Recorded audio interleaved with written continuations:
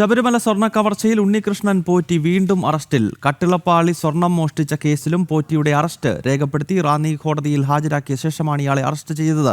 പോറ്റി വീണ്ടും കസ്റ്റഡിയിൽ വിട്ടു നൽകും. വിവരങ്ങൾ ഗൂഗിൾ രമേശാണ് നൽകുന്നത്. ഗൂഗിൾ ഈ രണ്ടാമത്തെ അറസ്റ്റാണല്ലോ ഇത്. ഒന്ന് നമുക്ക് അറിയാവുന്നതുപോലെ ദ്വാരപാലക ശില്പത്തിലെ സ്വർണ്ണപ്പാളികൾ കൊണ്ടുപോയതുമായി ബന്ധപ്പെട്ടാണ്. അതിനുശേഷമാണ് ഈ കട്ടളപ്പാളിയിൽ നിന്നും ഇയാൾ സ്വർണം ഇളക്കി മാറ്റി എന്നതിൻ്റെ വിശദാംശങ്ങൾ വന്നത്. ഇപ്പോൾ ആ കേസിൽ കൂടി ഈ ഉണ്ണികൃഷ്ണൻ പോറ്റി അറസ്റ്റിലായിരിക്കുകയാണല്ലേ?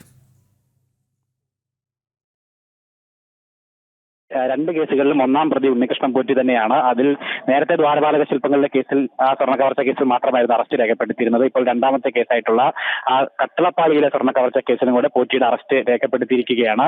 റാന്നി മജിസ്ട്രേറ്റ് കോടതിയിൽ എത്തിച്ചുകൊണ്ടാണ് ഈ അറസ്റ്റ് രേഖപ്പെടുത്തിയിരിക്കുന്നത്. അതായത് പോറ്റി നേരത്തെ മറ്റേ കേസിൽ കസ്റ്റഡി കാലാവധി പൂർത്തിയാക്കി റിമാൻഡിലായിരുന്നു, ജയിലിലായിരുന്നു ഉണ്ടായിരുന്നത്. അതുകൊണ്ട് തന്നെയാണ് കോടതിയിൽ നേരിട്ട് എത്തിച്ചുകൊണ്ട് ഹാജരാക്കി ഇപ്പോൾ അറസ്റ്റ് രേഖപ്പെടുത്തിയിരിക്കുന്നത്. അതിനുശേഷം ഇപ്പോൾ അടച്ചിട്ട കോടതി മുറിയിൽ കോടതി നടപടികൾ പുരോഗമിക്കുകയാണ്.